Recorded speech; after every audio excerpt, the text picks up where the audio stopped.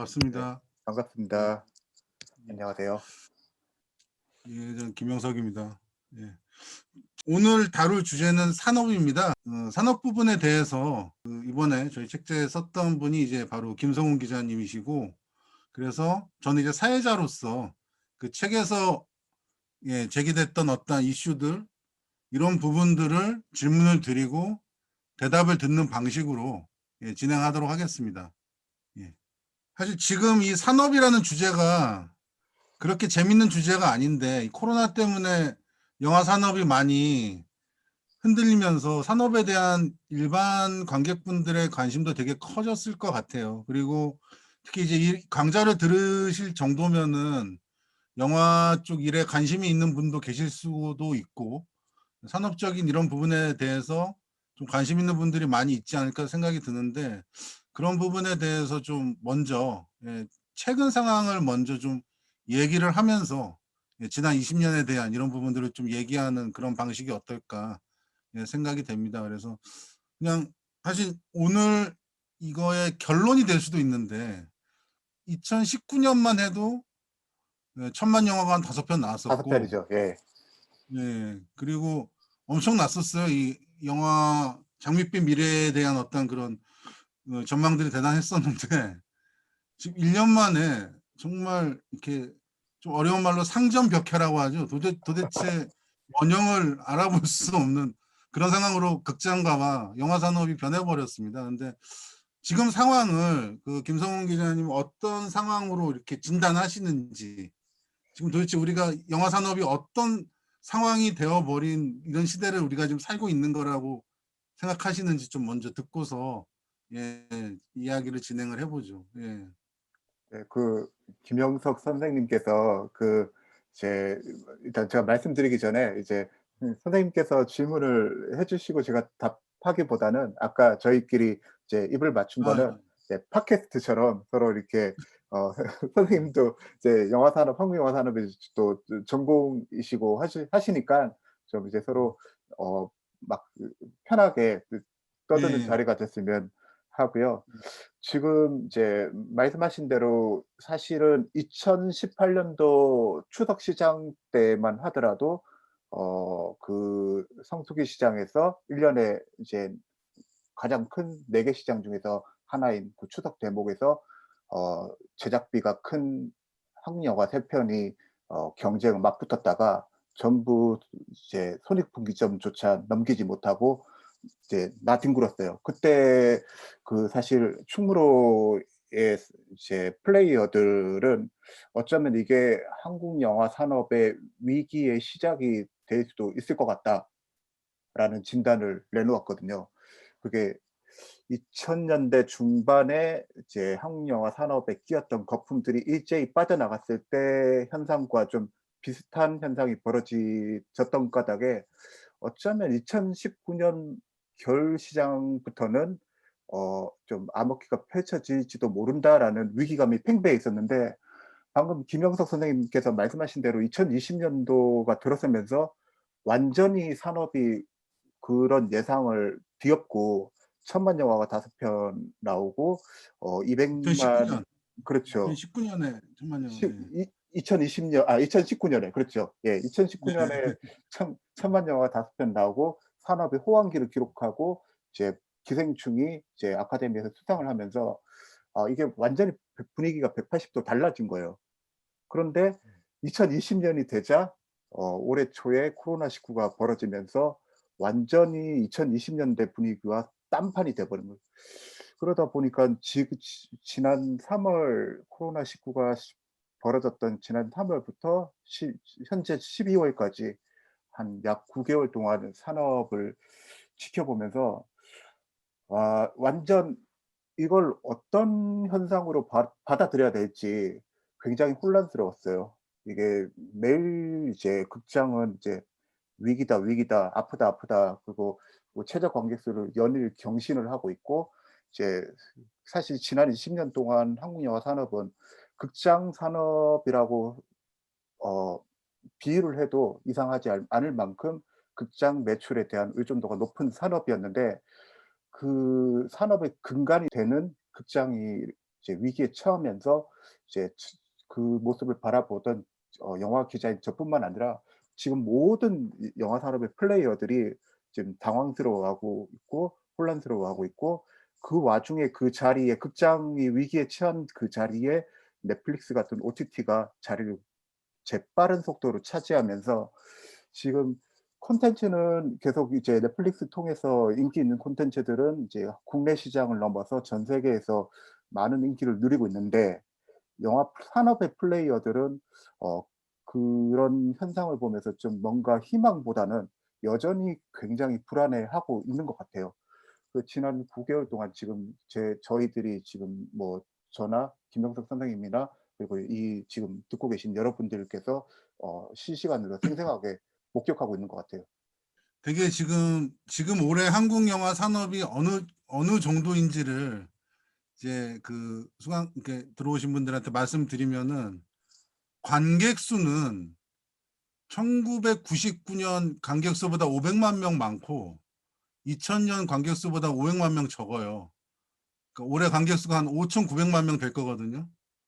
그러니까 평년에 보면은 뭐 2억 명이 넘었었는데, 예, 그렇죠. 최근에 2019년까지 1년에 위험적이죠. 관객 수가 예. 2억 명이 넘어가고 한국 영화 관객이 1억 명 넘어간 지가 쭉 몇 년 동안 이렇게 지속이 되었었는데, 지금 올해 전체 관객이 한 6천만 명이 조금 안 되는 수준이 20년 전 수준으로 갔고, 매출은 2019년에 비해서 올해 매출이 73%인가가 떨어졌어요, 이게. 그렇죠. 예. 그럼 이게 어느 수준이냐면은 2003년, 4년 이때 수준이에요. 그러니까 매출액이. 그러니까 한국 영화의 모든 인프라가 그대로 다 있는 상태에서, 예, 매출은 한 13년, 17년 전으로 후퇴했고 관객 수는 한 20년 전으로 후퇴해 버린 거죠. 그런데 이게 이제 이건 극장 산업 기준이고, 그러면서 아까 말씀하신 대로 되게 이제 이상한 현상들이 막 일어나고 있는 거예요. 반도 같은 영화가 여름 시장에서 정말 안 됐죠. 근데 이게 글로벌 마켓에서는 다 합치면 제작비의 2배 이상 매출을 올렸어요. 그렇죠. 그리고 살아있다 같은 영화가 한 190만 들었나? 뭐 이랬을 겁니다. 예. 한국 극장 가서 190만이면 뭐 그렇게 큰 흥행이 아니죠. 근데 넷플릭스를 통해서 글로벌 흥행을 해서 아마 그게 35개국에서 1위를 했나? 전 오픈됐을 때 세계 막 1 이랬을 그렇죠. 거예요. 예. 예, 가장 많이 살아있다가. 본 영화. 예, 정말 예상하지 못했던 그런 게 되는 거죠. 그러니까 한국의 극장 산업은 말라 죽어가는데 콘텐츠는 글로벌 마켓에서 OTT를 타고서 막 돈을 벌어들이고 있는 막 이런 상황들이 펼쳐지고 있는, 그럼 정말 진짜 1년 전만 해도 전혀 예상하지 못했던 그런 상황들이 지금 사실 펼쳐지고 있어서, 예, 이 업계 내부에 있는 사람들도 사실 잘 가늠을 못하는 그런 상황이긴 합니다. 근데 여기서 아까 그 얘기 하셨잖아요. 그러니까 기존의 한국 영화 산업의 어떤 구조가 지금 이제 흔들리고 있는 부분인데, 그러니까 제가 첫 번째 강의했을 때 어떤 수강생분이 이런 질문을 하셨어요. 지금 이렇게 힘든 게 진짜 코로나 때문이냐? 아니면은 다른 요인도 있느냐라고 물어보셨는데, 저도 뭐 거기서 이제 뭐 둘 다 이제 요인이 될 수 있다라는 말씀을 드리긴 했지만, 이런 생각도 드는 거예요. 사실 만약에 부가 시장이 탄탄한 그런 산업 구조였다면 지금 과연 코로나에 이 정도로 휘청거렸을 것이냐. 그리고 독과점이나 이런 부분들이 이전부터 계속 시정이 돼 가지고 그런 부분에 의해서 좌지우지되지 않는 그런 어느 정도 공정한 시장이었다면 과연 코로나가 이렇게 됐을 때, 그러니까 누가 이제 우스갯소리로 그런 얘기 하는 거예요. 코로나 때문에 개봉들을 안 하니까 정말 극장의 다양성 영화로, 그러니까 극장의 다양성이 코로나로 인해서 이제 이제서야 극장의 다양성이 이루어졌다, 이런 얘기를 이제 너무 다양한 영화들이 상영이 되니까 재개봉도 많이 되고 그러면서, 사실 이게 원래 멀티플렉스 극장에서 우리가 원했던 어떤 그런 그림 아니었느냐 이런 식의 농담을 한 사람도 있었는데, 이 코로나 때문에 힘든 것도 있지만 기존에 우리가 이런 식의 위협이 좀 크긴 하지만 너무 취약한 구조를 계속 키워왔던 건 아니냐, 이런 식의 또 해석도 가능할 것 같긴 하거든요. 네. 근데 어떻게 선생님 보시는? 예, 네. 선생님 말씀도 굉장히 중요한 지적이신데 그 말씀하시니까 생각이 나는 게 그 최근 10년 동안 한국 영화 산업 통계를 좀 살펴보면 극장 산업은 완만한 상승세를 그리다가 최근 한 3-4년 전부터 약간 침체기에 접어들었어요. 그거는 이제 침체기에 접어든 이유가 멀티플렉스 숫자가 더 이상 포화 상태에 이르러 가지고 그 산업이 이제 끝을 기록을 한 거죠. 딱 이 한국 시장은 이 정도 한 1 년에 최대 2억 명 정도 모일 수 있는 게 한국 시장의 한계다. 그런 걸 이제 의미하듯이 그런 그래프를 보여줬고, 되게 중요한 지적이 뭐였냐면 그 OTT 말고 IPTV 그리고 VOD 같은 2차 부가 판권 시장은 사실 OTT가 급성장한 반면에 이 IPTV나 VOD 같은 2차 부가 판권 시장의 성장은 오히려 크게 성장을 하지 못했어요. 사실은 OTT가 이제 플랫폼 넷플릭스가 이렇게 급성장하면 당연히 IPTV도 덩달아 성장하는 것처럼 보이는 게 맞는 것 같은데, 실제로는 한국의 이제 KT나 BTV 같은 이제 KT 올레나 BTV 같은 IPTV 시장이 성장하지 못한 거죠. 사실은 그걸 봤을 때는 지금까지 한국 영화 산업은 극장 매출에 굉장히 의존도가 심했고, 최근에 아무리 OTT가 성장하더라도 IPTV 쪽은 관객들이 많이 늘지 않았다. 그랬을 때 한국 영화 아킬레스건을 제대로 건드린 거예요, 코로나가. 이제 코로나가 발생하면서 관객들이 극장을 더 이상 찾지 않게 되자 사실은 굉장히 의존을 하고 있던 아킬레스건이 무너지게 된 거죠. 근데 그럼에도 불구하고 지금 이 현상이 과연 이제 몇 년 전에 예고된 현상인 건지, 예고된 현상이라면 이제 코로나가 좀 그런 위기를 가속화한 건지, 아직까지는 이게 원인이 정확하게 뭐다라고 저희도 좀 이렇게 좀 헷갈리는 부분들이 많은 게, 아까 방금 김 선생님께서 말씀하신 이상한 현상들이 우리가 이전에는 보지 못했던 그런 현상들이 지금 벌어지고 있어 가지고 이게 좀 어려운 것 같아요. 저는 이제 되게 요즘 상황을 보면서 그냥 뭐 좀 약간 이상한 상상을 해 보는 게, 만약에 코로나가 90 년대 중반에 한국 시장에서 터졌으면 어땠을까라는 생각을 해 보거든요.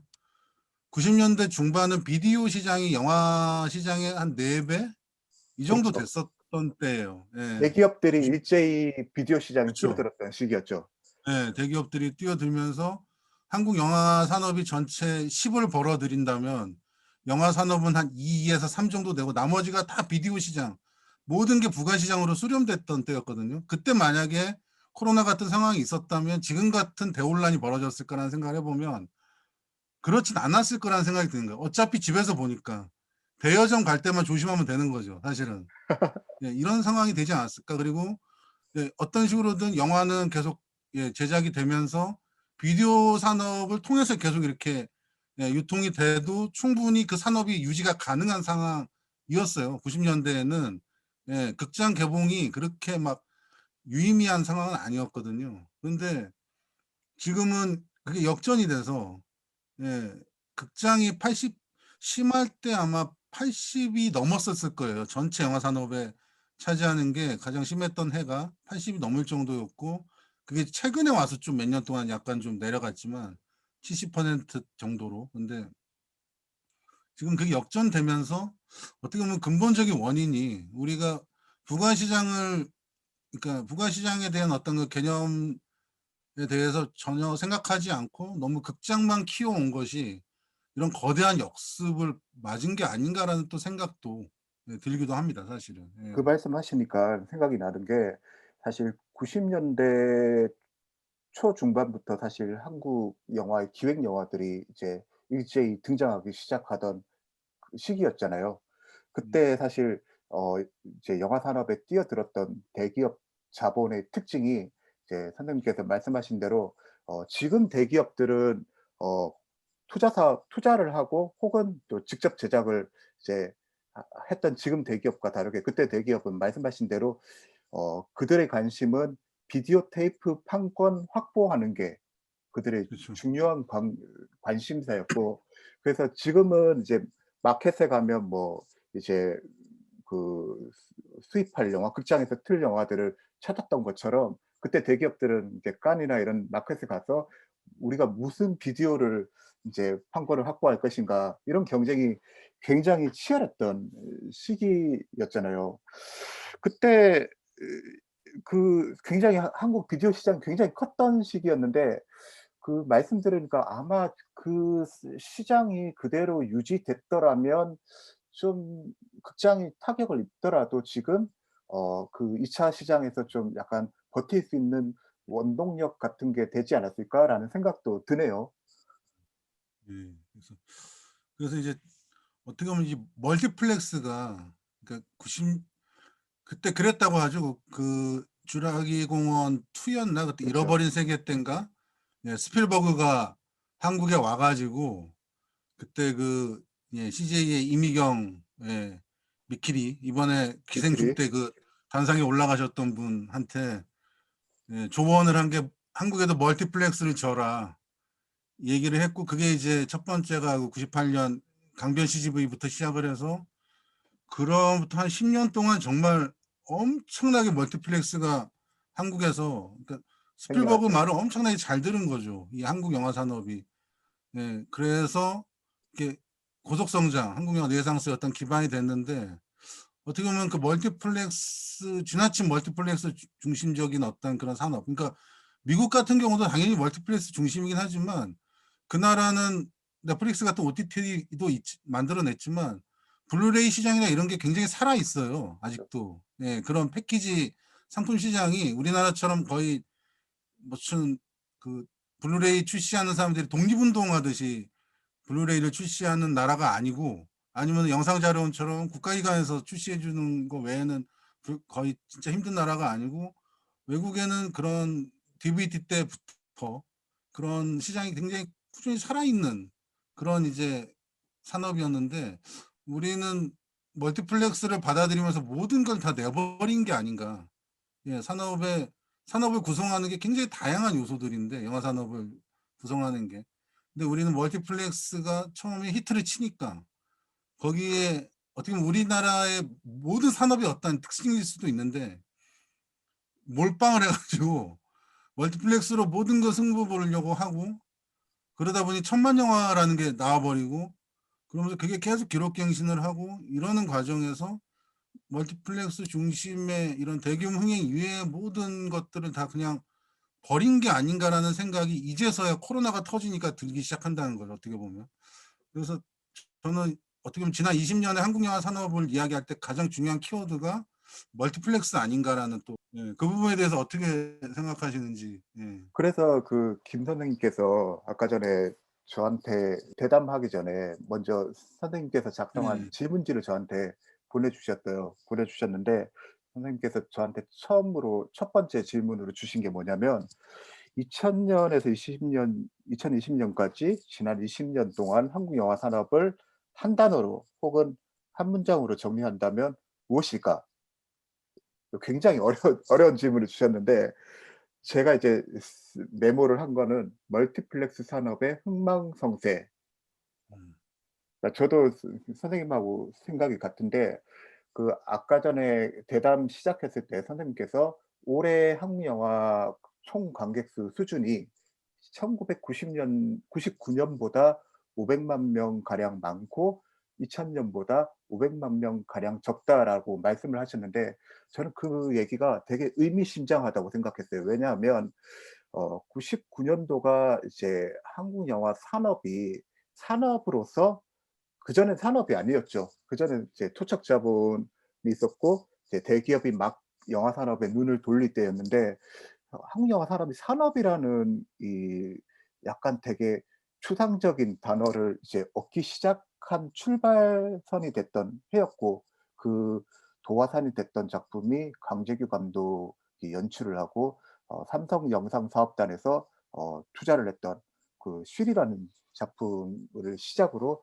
사실 맞물리죠. 광 CGV 강변이 98 년도에 개관을 해서 멀티플렉스 시대를 열었고 그리고 씰이라는 영화 대기업이 처음으로 투자한 한국형 블록버스터인 씰이라는 영화가 99 년도에 개봉을 해서 모든 그 전에 가지고 있던 역대 박스 오피스 기록인 그 타이타닉을 가진 모든 기록을 뛰어넘어서 이제 신호탄을 쐈는데, 저는 그 이 멀티플렉스 산업, 지난 20년 동안 한국 영화 산업이 뭐냐라고 한다면 저는 멀티플렉스의 역사라고 생각을 해요.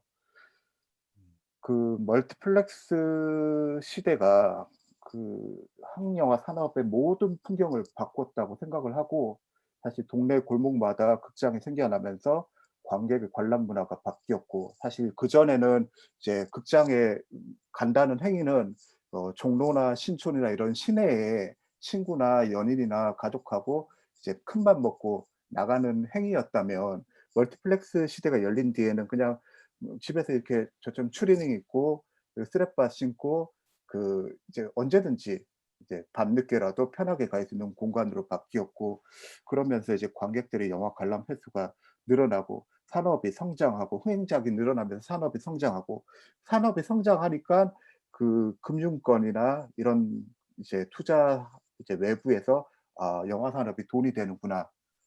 리스크는 좀 큰 것 같은데 뭐 은행에서 이자놀이 하는 것보다 주식하는 것보다 수익은 더 크구나 산업이.'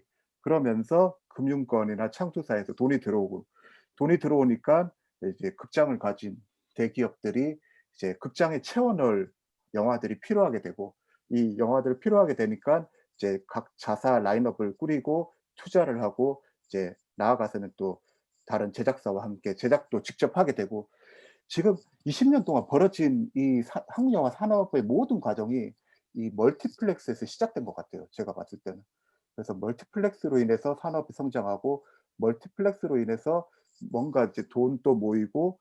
근데 되게 신기하다고 생각하는 거는, 언젠가는 이제 멀티플렉스 성장세가 최근 들어서 계속 이제 둔화되고 있어서 '언젠가는 극장 산업이 좀 힘들어지지 않을까.'라고 생각을 하고 있던 차에, 올해 갑자기 무슨 말도 안 되는 이런 코로나 같은 게 터지면서 극장이 하루아침에 딱 망가지는 걸 보고, 야 마침 2020 년이잖아요. 2000 년대 초반에 멀티플렉스 그 시대가 열렸는데 20년 만에 정확하게 '멀티플렉스 시대가 끝날 수도 있겠다.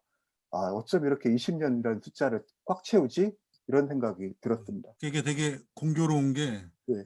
이번에 그 영상자료원에서 20년의 한국 영화를 정리하는 도서를 이제 발간을 하는데, 그거를 원고 청탁을 받았을 때만 해도 코로나가 없었어요. 아 그렇죠. 그래서 예, 굉장히 이렇게 지난 20년 우리의 성과는 무엇이었는가를 막 열심히 무슨 이렇게 전리품들을 이렇게 다 정리하듯이 막 정리를 하고 있는데, 갑자기 코로나가 터지면서 모든 게 무의미해지는 굉장히 허무한 그런 이제 결론을 낼 수밖에 없는 그런 상황이 들었는데, 지금 그 멀티플렉스 얘기를 하면서 드는 생각이 그런 거예요. 그러니까 지금 잘 기억을 뒤집어 보시면은 코로나가 터지고 한국에서 가장 먼저 폐쇄된 공간이 극장이었어요. 네. 성신여대 CGV였던 걸로 기억이 네 나는데, 맞아요. 예.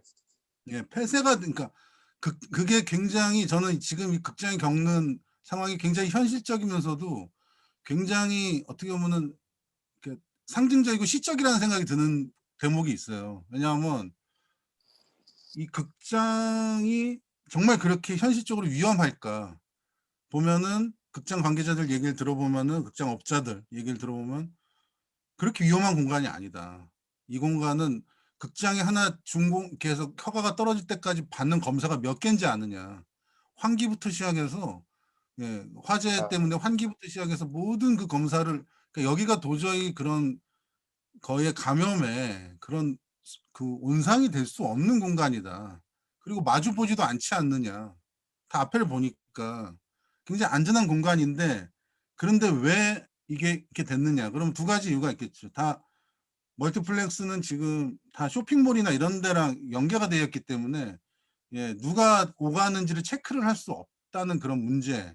그러니까 익명의 사람들이 이렇게 접촉한다는 문제가 있고, 그 두 번째로 이게, 그래서 위험성 때문에 극장을 폐쇄했을 때 사람들의 정서적 효과가 뭐였냐면, 극장이 문을 닫았다라는 게 굉장히 이렇게 마치 그 편의점이 문을 닫을 때 이런 거와 유사한 굉장히 정서적 충격이 있는 거예요. 극장이라는 곳은 항상 예 심야에도 뭐 영화를 틀기도 하니까요. 이렇게 어떻게 보면 언제라도 예 휴일도 없이 계속 열려 있는 그런 공간이었었는데 그것이 문을 닫고 폐쇄가 되었다라는 이런 상황이 줬던 어떤 정서적 충격들도 굉장히 있었고 그런 정서적 충격만큼 공포감이 이제 그만큼 또 공포감이 드는 거죠.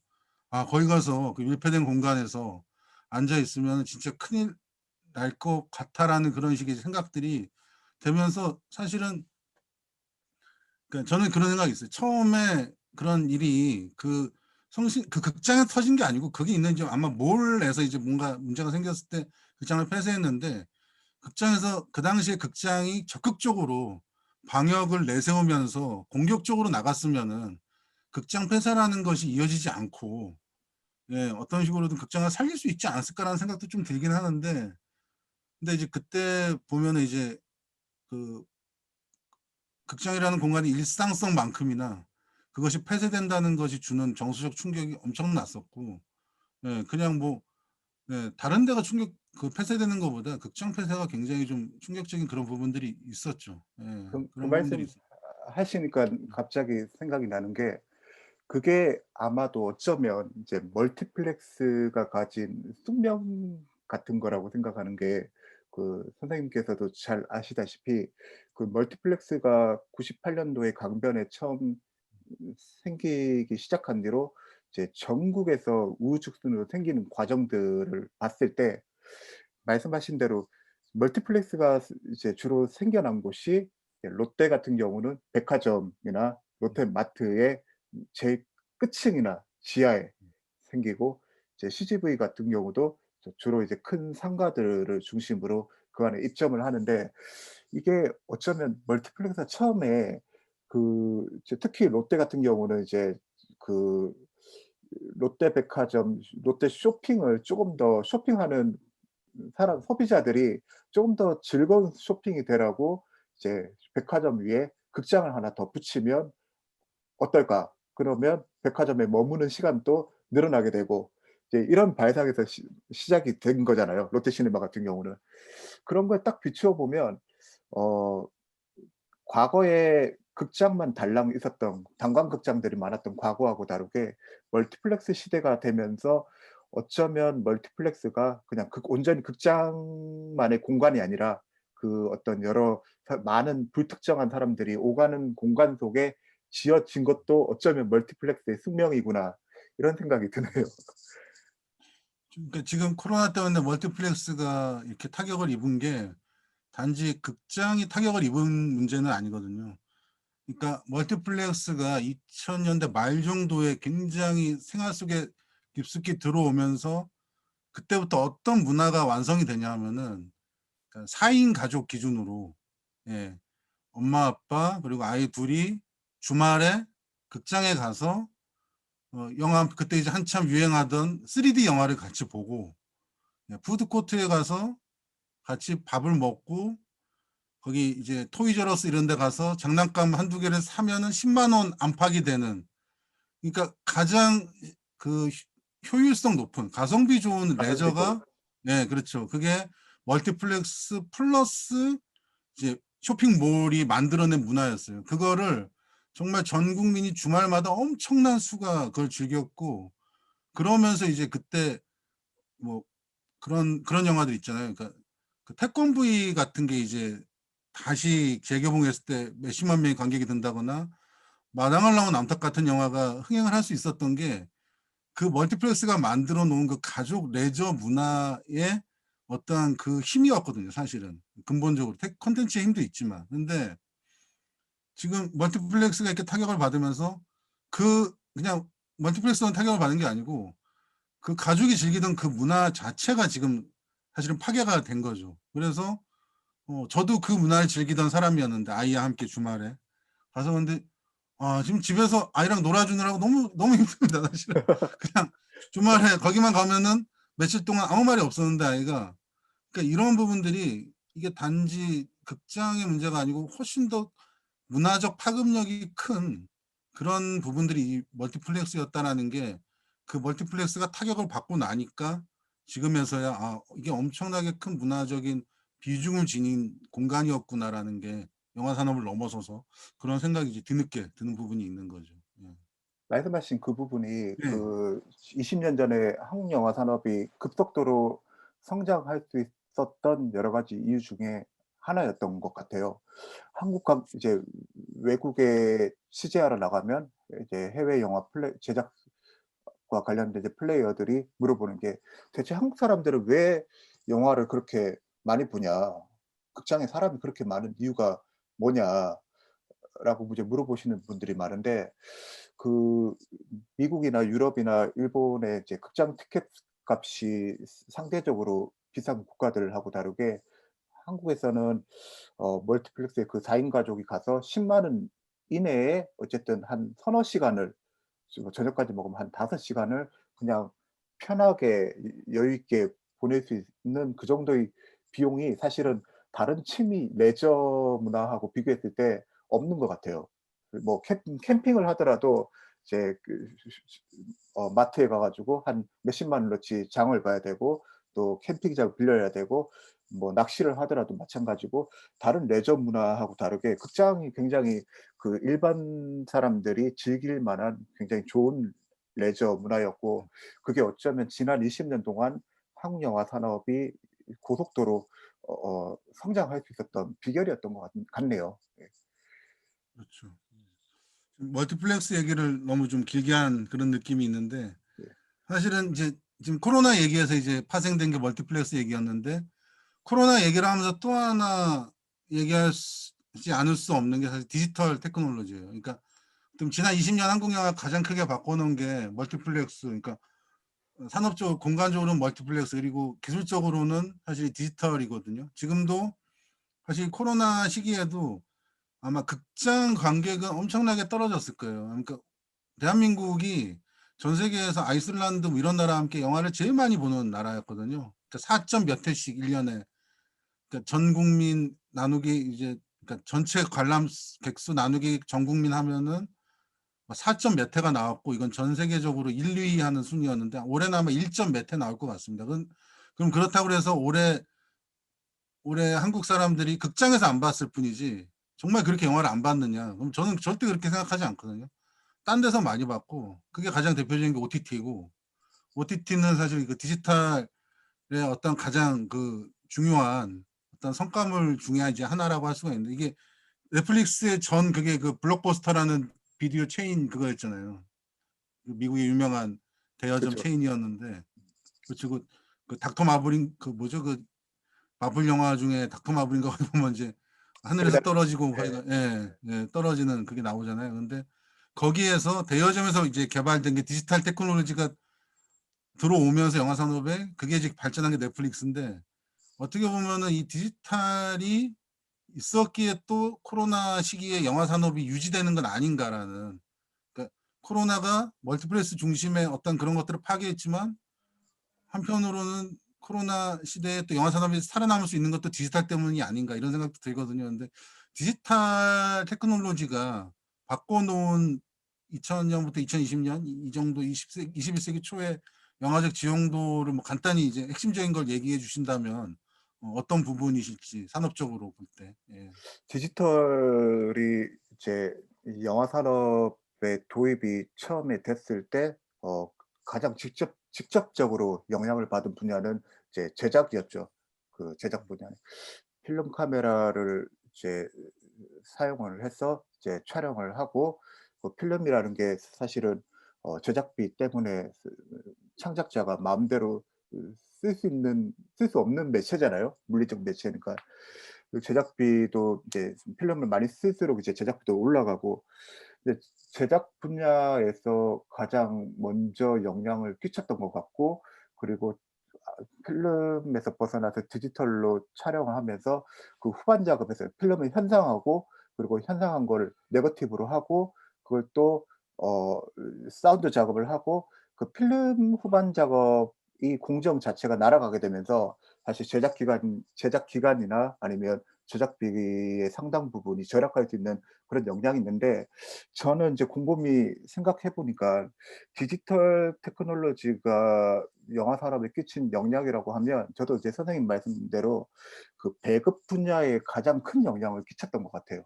사실은 그 멀티플렉스가 2000 년대 중반까지 계속 성장하는 과정에서 이제 디지털이 처음 이제 도입이 됐을 때 그 제작부터 상영까지 영화 공정의 전 분야에 디지털 영향을 받았는데, 저는 이 디지털의 영향을 가장 수혜자는 좀 배급과 상영 분야라고 생각해요.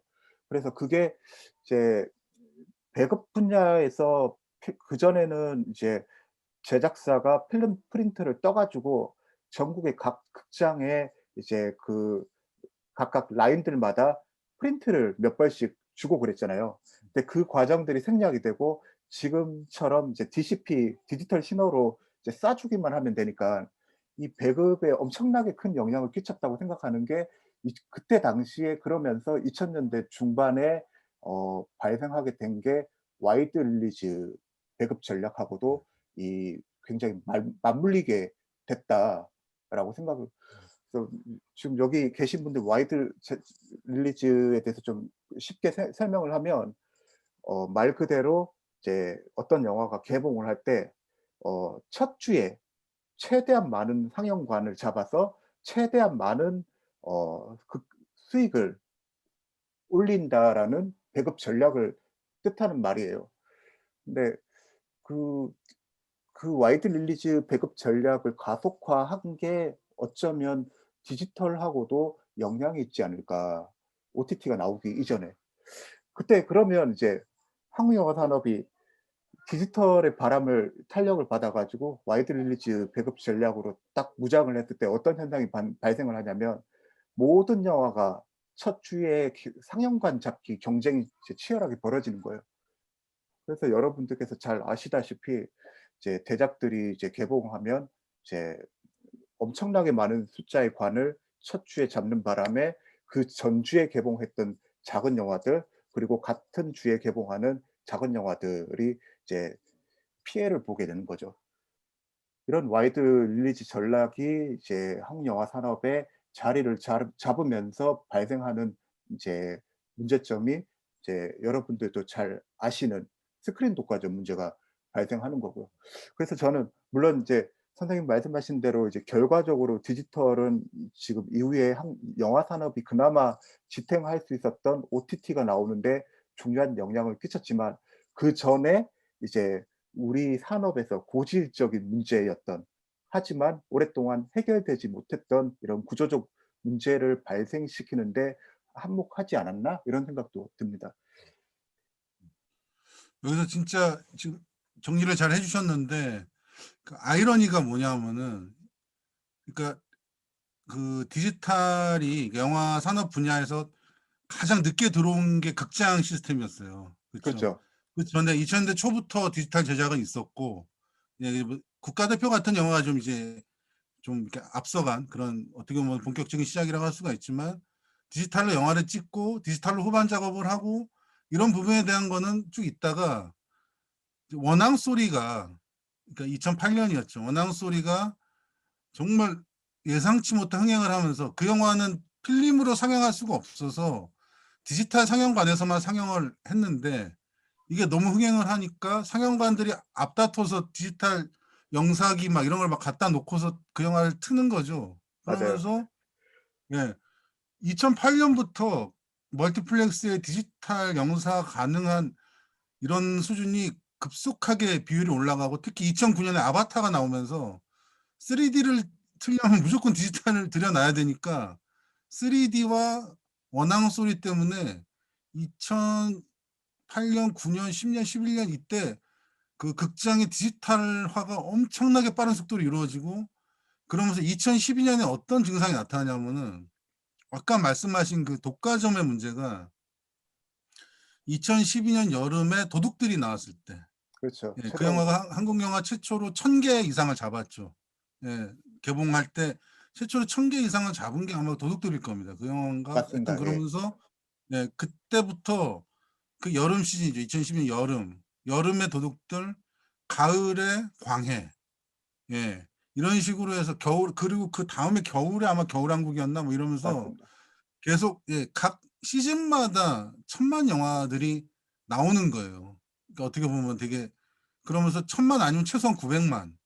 예. 설국열차나 이런 영화들 혹은 관상, 아이언맨 3 이 정도가 이제 900만 대였는데, 그러면서 이게 시즌마다 1 년에 천만 영화 내지는 준천만 영화가 쏟아지기 시작한 게 2012년 때부터고, 그게 가능한 토대를 뒤집어다 보면은 극장이 디지털하고 그걸 촉발시킨 게 원앙 소리 같은 아 독립 영화였다라는 게 사실은 지금 되짚어 보면 굉장히 아이러니한 그런 현상인데, 이게 영화 산업에서 이런 식의 사례들이 되게 많아요. 사실은 그렇죠. 뭐냐면은 처음에는 마이너한 거에서 시작된 것들이 나중에 굉장히 메이저에서 큰 영향을 그러니까 미치게 되는 거. 예를 들면은 90년대 중반에 있었던 그 뭐 왕가이 나오고 막 이런, 예, 그 뭐지, 예술 영화, 매니아 문화 이런 부분들이 나중에 다 메이저로 흡수가 되면서 2000대 초반에 나오는 봉준호라든가 맞죠. 박찬욱의 영화들,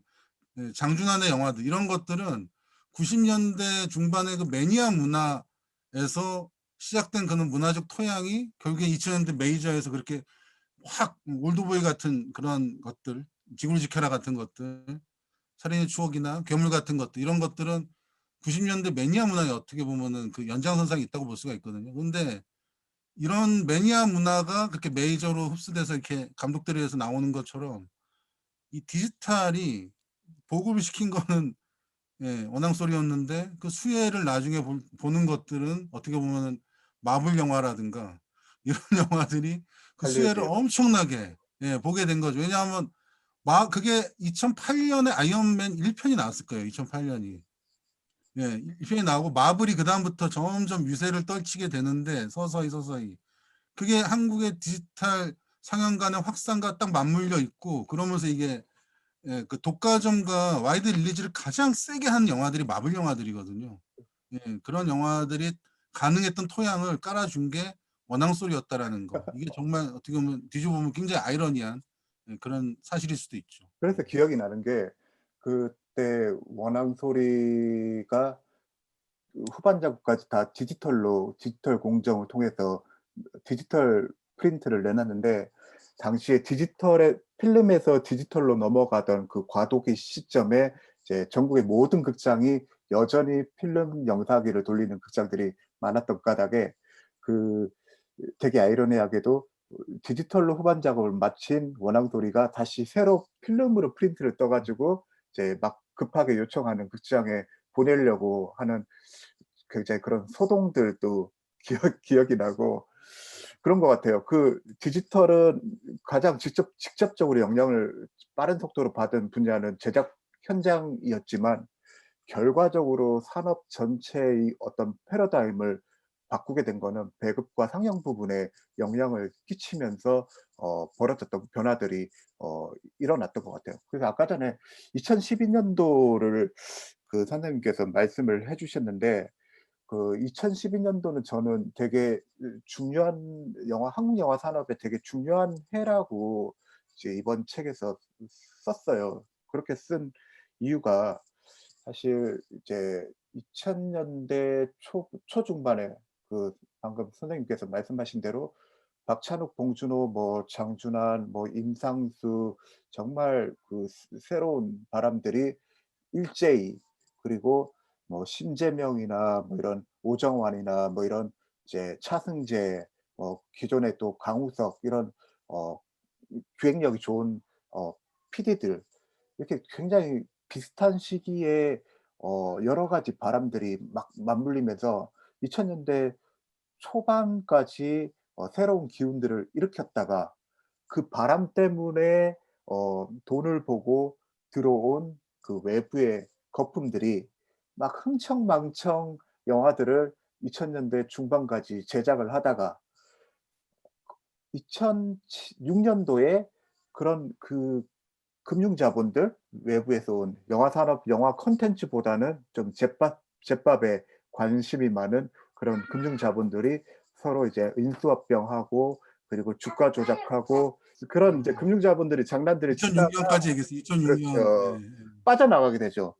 왜냐하면 수익률이 떨어지면서. 왜 수익률이 떨어졌냐면 너도 나도 영화 제작에 뛰어들고 그러다 보니까 검증되지 않은 시나리오들이 영화로 만들어지게 되고 영화로 만들어지게 되면서 이제 극장에서 내놨을 때 관객의 눈높이에 맞추지 못하게 되고 그러다 보니까 이제 수익률이 떨어지면서 이 자본의 신뢰를 잃게 된 거예요, 영화 산업이. 그게 이제 2006년도였고 그러면서 우르르 다 빠져나가죠, 거품들이. 그 자리에 이제 한국 영화 산업이 2007년도 폐허가 됩니다.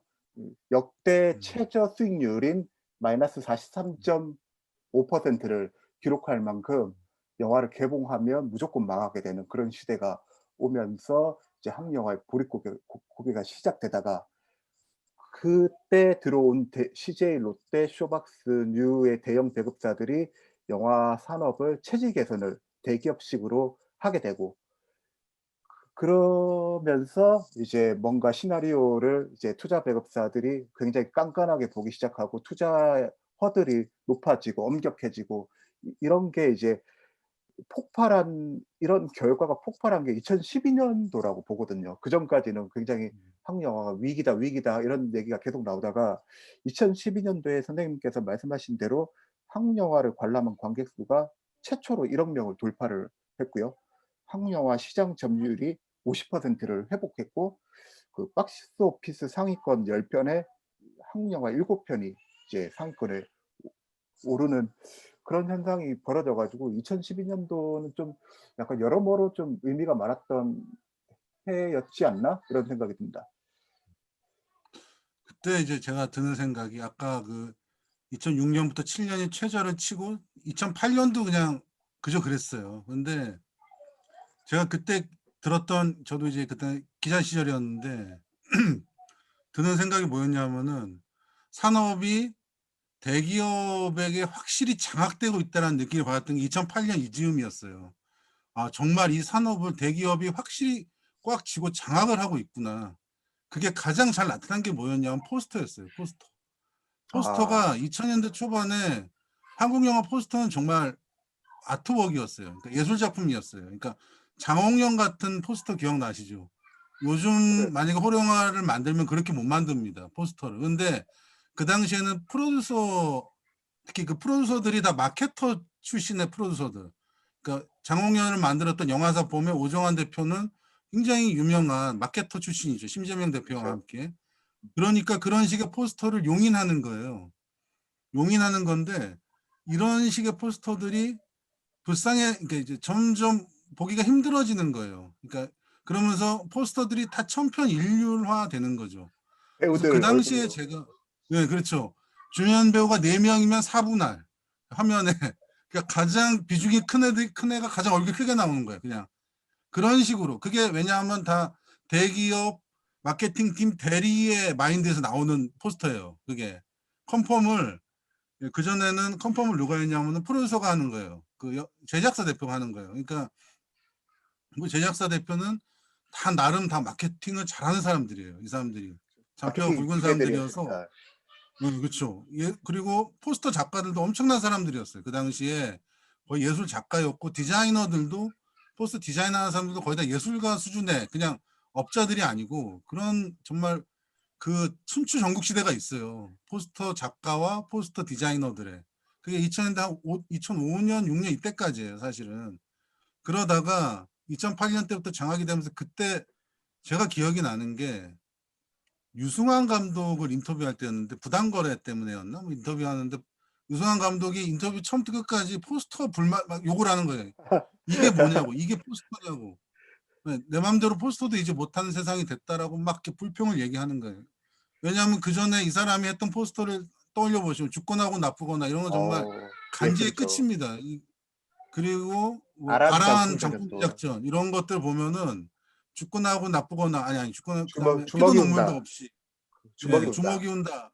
예. 예, 이런 포스터들을 보면 정말 야 진짜 이것 또한 예술 작품이다라고 생각이 들 정도로 멋있는 비주얼들인데 부당거래 가면은 그냥 유승범 얼굴 이 정도 황정민 쪽은 쪼개서 또 들어가고 밑에 유해진 들어가고 뭐 이런 식으로 그냥 주연 배우 비중에 따라서 얼굴을 분할해서 그냥 박아놨어요, 포스터에. 그러면서 그거에 대해서 인터뷰하던 1시간 반 내내 분개하던 유승환 감독의 이제 그게 생각이 나는데, 그게 정확히 그때 그 시점 때부터 이게 정말 모든 게 대기업에게 장악이 되고, 그 성과를, 그래서 그 장악에서 성과를 거뒀던 게 사실 2012년 이 즈음이죠. 근데 이제 되게 이제 여기서 이제 하고 싶은 얘기가 뭐냐면, 한국 영화 산업이 되게 이상한 패턴이 2001년 이때 굉장히 잘 나왔었거든요. 2002, 2001년 한국 영화가. 그래서 막 뭐 흥행도 엄청나게 많이, 친구, 뭐 엽기적인 그녀 이런 거 막 빵빵 터지고 황금은 이러다가, 경비구역 JSA. 그렇죠. 예. 예, 그 2000년 나오고 2000년 나오다가 2002년에 막 성냥팔이 소녀 나오면서 뭐 아유 레디 뭐 이런 거 나오면서 예스터데이니 뭐 지금 기억도 잘 안 나는 영화 대작 블록버스터가 나오면서 이게 줄줄이 망하면서 영화사가 하나가 없어지네 마네 막 이런 얘기가 나왔는데, 그러다가 또 2003년에 이제 확 또 뜨게 되거든요, 한국 영화 산업이. 근데 한국 영화 산업은 항상 이렇게 2012년에 이렇게 잘 나가다가, 예, 굉장히 좋은 징조로 보이다가 그 다음에 또 이렇게 한눈 팔다가 또 삐끗하고 막 이런 식이에요. 그러니까 항상 산업이 반복하는 것 이상하게 같아요. 예, 흐름을 타면은 그거를 거의 10년 주기로 약간 좀 그런 현상이 항상 나타나거든요. 근데 이건 저는 제가 보기엔 되게 구조적인 문제인 것 같아요. 어떻게 보면 왜 이렇게 자꾸 수익률이 한번 내려갔다 올라가기 시작해서 계속 올라가 줘야 되는데 또 막 계속 들쑥날쑥 할까? 그 그래프를 보면 정말 20년 동안 계속 이런 식의 이제 구도가 돼요. 그래서 그게 어떤 구조적인 문제가, 그 원인 같은 게 있다면 어떤 부분일까? 혹시 생각하시는 그런 부분들이 있으시면은. 그 저도 이제 취재하면서 늘 했던 고민이었는데, 뭐 다른 전자제품 산업이나 이런 이제 좀 어 웬만하면 외부 변수에 잘 흔들리지 않는 그런 산업들하고 다르게 유독 영화 산업만 외부에서 어떤 자본이 들어오는지, 그리고 그 자본에 때문에 어느 정도 휘둘리는지, 이런 좀 영향들을 굉장히 많이 받는 산업인 것 같더라고요. 이게 과연 영화 산업의 원래 영화 산업이 이런 특징을 가진 산업인가? 우리가 흔히 하이 리스크 하이 리턴이 영화 산업의 특징이라고들 하는데, 그게 이제 뭐 '리스크가 많은 만큼 이제 버는 것도 많은 게 영화 산업인가?' 이런 생각을 하는데, 저는 그보다는 그게 참 '대체 문제가 뭘까? 이게 구체적으로 뭐가 부족하기에 영화 산업이 외부의 여러 가지 변수들에 의해서 많이 흔들릴까?' 이런 생각을 하는데, 그거는 '원래 극장 산업이 그런 특성 때문에 그런 게 아닐까?'라는 생각이 들곤 해요. '이게 영화라는 매체가 원래 가진 뭐 숙명 같은 게 아닐까?'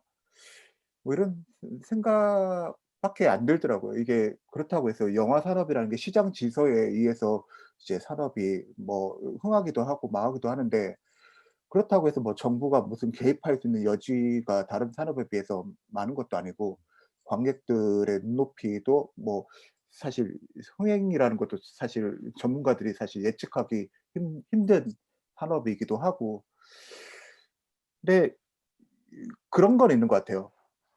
그 외부 자본의 성격이 어떠냐에 따라서 영화 산업이 어떨 때는 건강한 것 같고, 어떨 때는 그냥 굉장히 쉽게 나가떨어지는 것 같다, 그런 생각은 드는데, 그 콘텐츠에 대해서 좀 장기적으로 관심을 가지고 뭔가 이 산업과 관련해서 어쨌든 회사를 뭐 운영하는 게 목적인 그런 자본이라면, 좀 영화 산업 뭐 당장의 어떤 결과 때문에 휘둘리지는 않는 것 같은데, 흔히 그동안 반복됐던 여러 가지 영화 산업이 휘청거릴 때마다 어 보여줬던 공통점은 좀 정체불명의 거대 자본들이 들어왔을 때였던 것 같거든요. 그랬을 때 사실은 영화 산업에서 핵심적인 거는 영화 산업에서 핵심적인 거는 사실 사람이라고 생각해요. 그래서 이제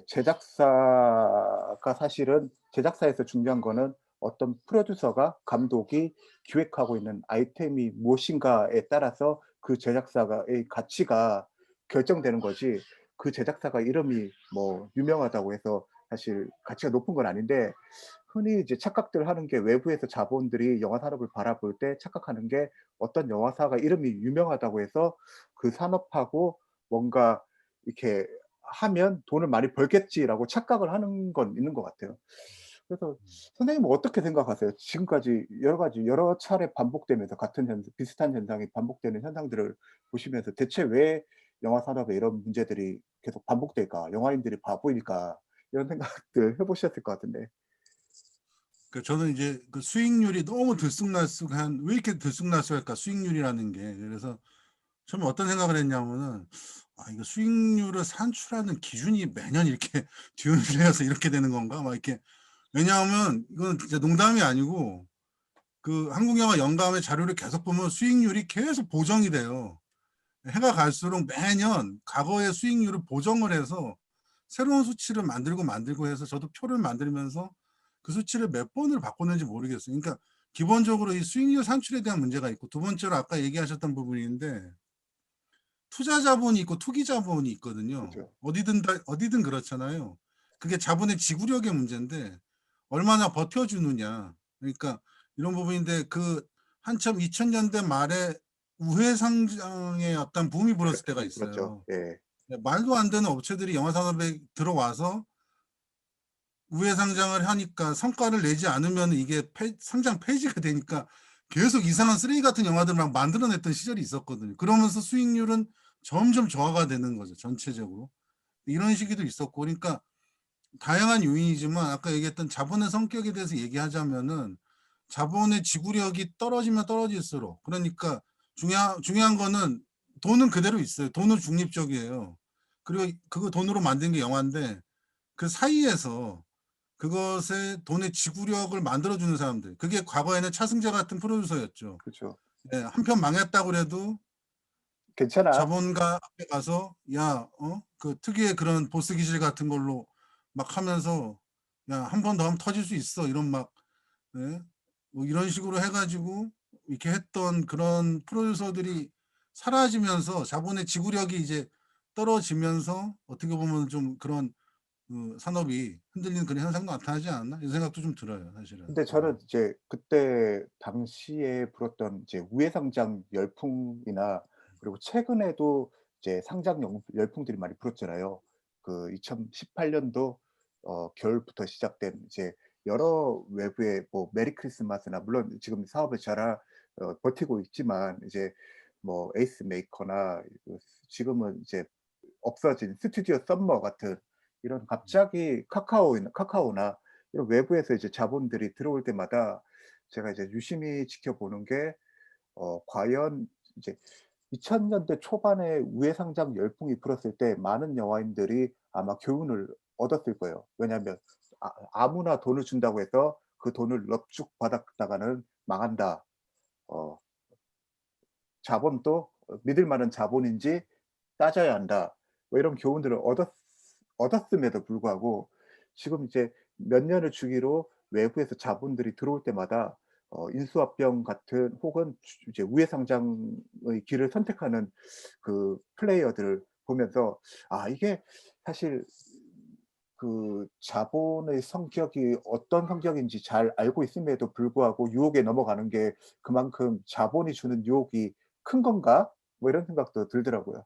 요즘은 그런 일이 있는지 모르겠는데 2010년대 초반, 뭐 초중반까지만 해도, 그러니까 뭐 CJ나 롯데 같은 큰 대기업이 아닌 데서 영화를 돈을 끌어서 제작할 경우에, 뭐 범죄 집단의 돈은 아니지만 예, 간단히 얘기하면 제2금융권에 가까운 그런 돈들, 예, 이런 돈들이 들어와서 영화가 제작이 되고, 그러다가 이 영화가 또 히트라도 치면은 그 이제 제작사에 막 여기저기서 몰려와서 자기 돈부터 막 몇 배로 해서 내놔라 뭐 이런 식의 상황들이 사실은 많이 벌어지죠. 펼쳐졌었거든요.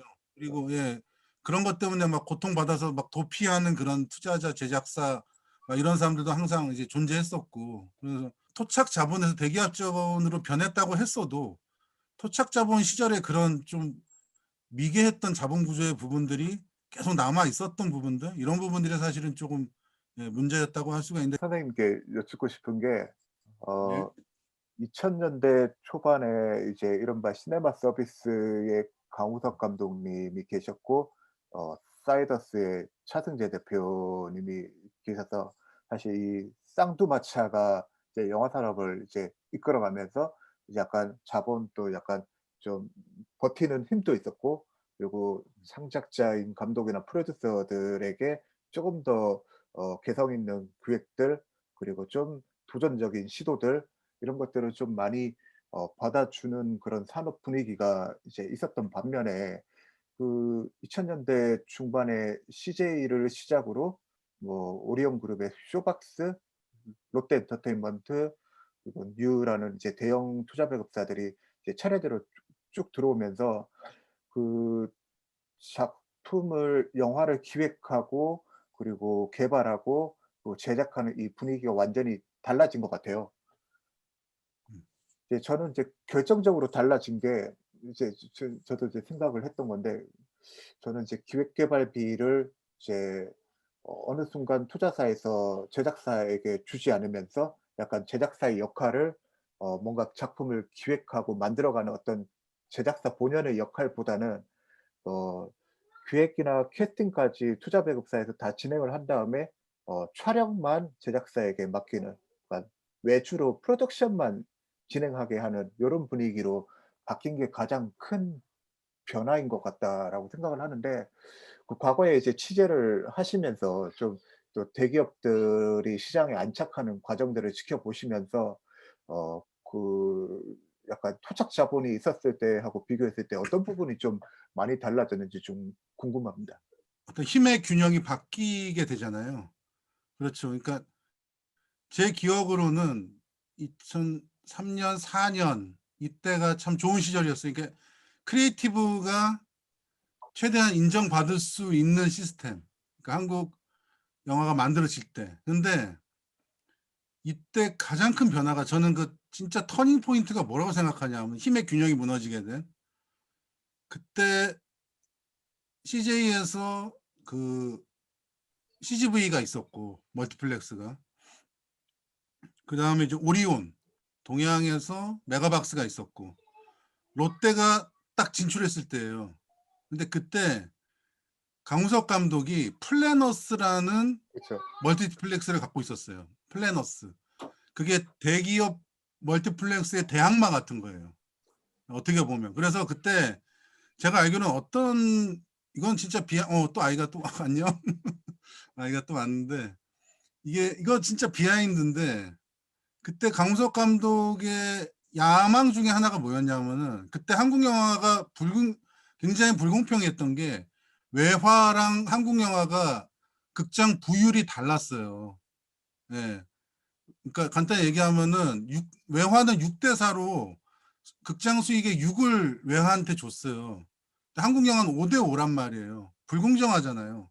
근데 그때는 한국 영화가 훨씬 잘 될 때였어요. 점유율이 50%가 넘어갔을 때였는데 돈은 덜 가지고 가는 거예요. 그래서 그때 강호석 감독이 어떤 생각이냐면, 한국 영화 잘 되니까 자기는 플래너스에서는 한국 영화도 6대 4로 주겠다는 생각을 했던 거예요. 플래너스에. 그러면은 한국 영화 배급하는 애들이 여기가 플래너스에 걸면 돈을 더 많이 받잖아요. 그러면은 당연히 한국 영화가 플래너스로 몰리게 될 것이고, 그러면 다른 극장 체인들도 한국 영화 부유를 올릴 수밖에 없을 것이다라는 그런 플랜이 있었던 거예요, 이 사람이. 그런데 CJ 같은 입장에서, 멀티플렉스의 최강자인 CJ의 입장에서는 플래너스가 정말 군침을 흘릴 만한 대상이면서 눈에 가신 거예요. 왜냐하면 얘들은 멀티플렉스의, 대기업 멀티플렉스의 법칙을 지키지 않으려고 하는 그런 것들이 있거든요. 그래서 그때 CJ의 대표가 이강복 대표였는데, CJ 본사에서 내려온 게 이강복 대표한테 플래너스를 먹어라였어요.